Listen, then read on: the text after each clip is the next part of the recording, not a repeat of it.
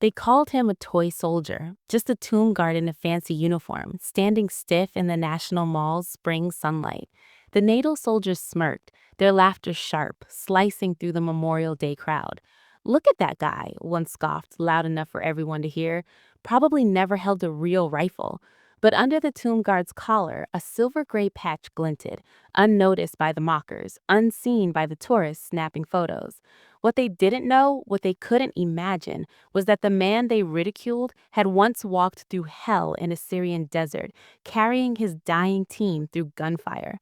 And the only person who knew the truth, a French general with a chest full of medals, was already crossing the mall, her eyes locked on that patch, ready to silence the laughter with a story no one was prepared to hear. Before we dive into this story, where are you watching from? Let us know in the comments. And if you believe that values like honor, courage, and sacrifice still matter, join us in keeping their legacy alive. The National Mall stretched out under a clear May sky, the kind of spring day in Washington, D.C. that made the monuments gleam like they were carved yesterday. It was Memorial Day, 2025, and the air carried the weight of ceremony.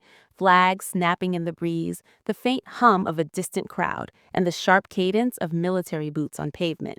Near the Lincoln Memorial, a formation of soldiers stood in perfect alignment, their uniforms a patchwork of nations, the dark greens and blues of NATO allies from France, Germany, and the Netherlands, alongside the crisp navy blue of a single American tomb guard.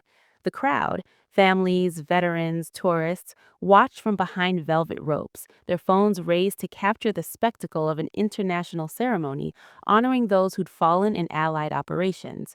Sergeant Nathan Brooks stood third from the left, his tomb guard uniform immaculate, navy blue coat, white gloves, black kepi hat tilted just so.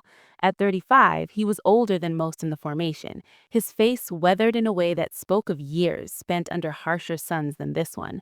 A faint scar traced his jaw, barely noticeable unless you knew what shrapnel looked like up close.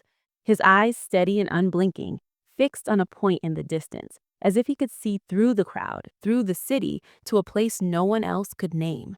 Beneath his collar, hidden from view, a small silver gray patch pressed against his skin, a relic from a life most here would never understand. The ceremony was meant to be a show of unity, a nod to NATO's shared sacrifices, but not everyone saw it that way. Captain Lucas Schmidt, a German officer with a lean frame and a smirk that seemed stitched to his face, stood a few rows back with his unit. His blonde hair caught the sunlight as he leaned toward a Dutch soldier, his voice carrying just far enough to be heard. "Look at that guy," he said, nodding toward Nathan, the American in the fancy costume. "What do they call them? Tomb guards? More like parade dolls. I bet he's never fired a shot in his life."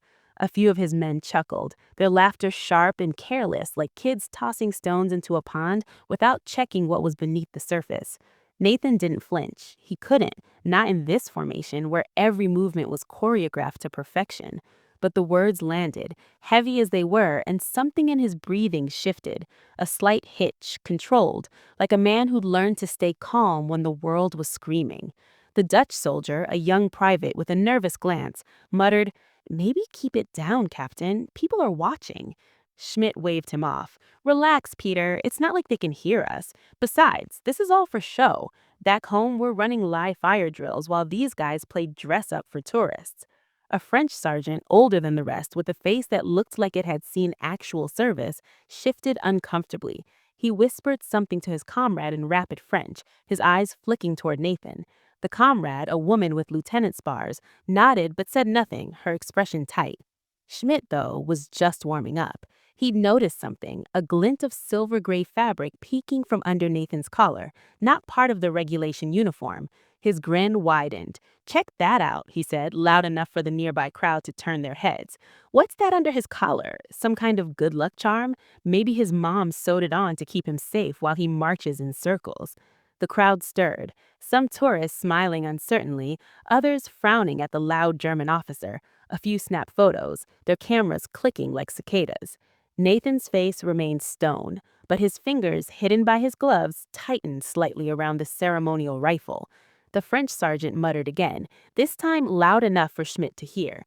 "That patch? I've seen it before, in a briefing maybe. It's not just decoration." Schmidt laughed, stepping closer to the rope barrier separating the formation from the crowd. A briefing? Come on, Marcel. It's probably something he picked up at a gift shop. These guys are actors, not soldiers. Real soldiers are out there running ops, making decisions that actually matter.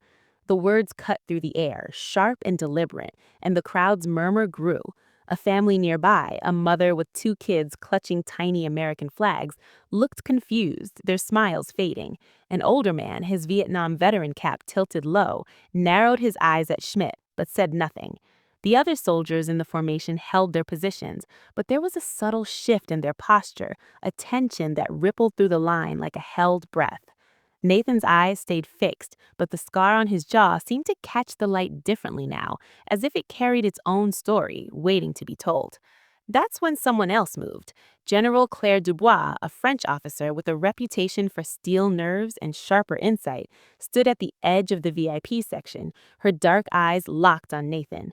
At 53, she carried herself with a kind of authority that didn't need shouting. Her uniform was simple, the medals pinned to her chest glinting faintly in the sunlight. She'd been watching the ceremony, her mind half on the speeches about to begin, when Schmidt's voice pulled her attention.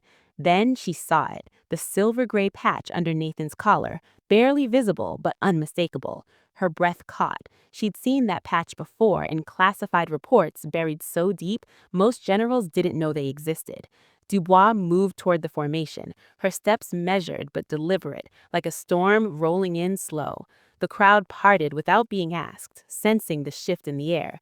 Schmidt was still talking, his voice a mix of bravado and mockery. "Hey, tomb guard," he called, loud enough for the whole mall to hear. "What's that patch supposed to be? Part of the costume, or did he borrow it from a war movie?" His men laughed again, though the French sergeant looked like he wanted to sink into the ground. The Dutch private shifted his weight, looking at the ground. Dubois reached the rope barrier and stopped. She didn't raise her voice, didn't need to. When she spoke, the words carried the weight of someone who'd seen too many battlefields to tolerate fools. "Sergeant," she said, her accent crisp but clear, "where did you come by that patch?" The question hung in the air, simple but heavy, like a stone dropped into still water. The crowd went quiet, the tourists' cameras lowering, the chatter dying mid-sentence. Even the flag seemed to pause in the breeze. Nathan didn't turn his head, couldn't break formation, but the rules allowed a response to a direct question from a superior.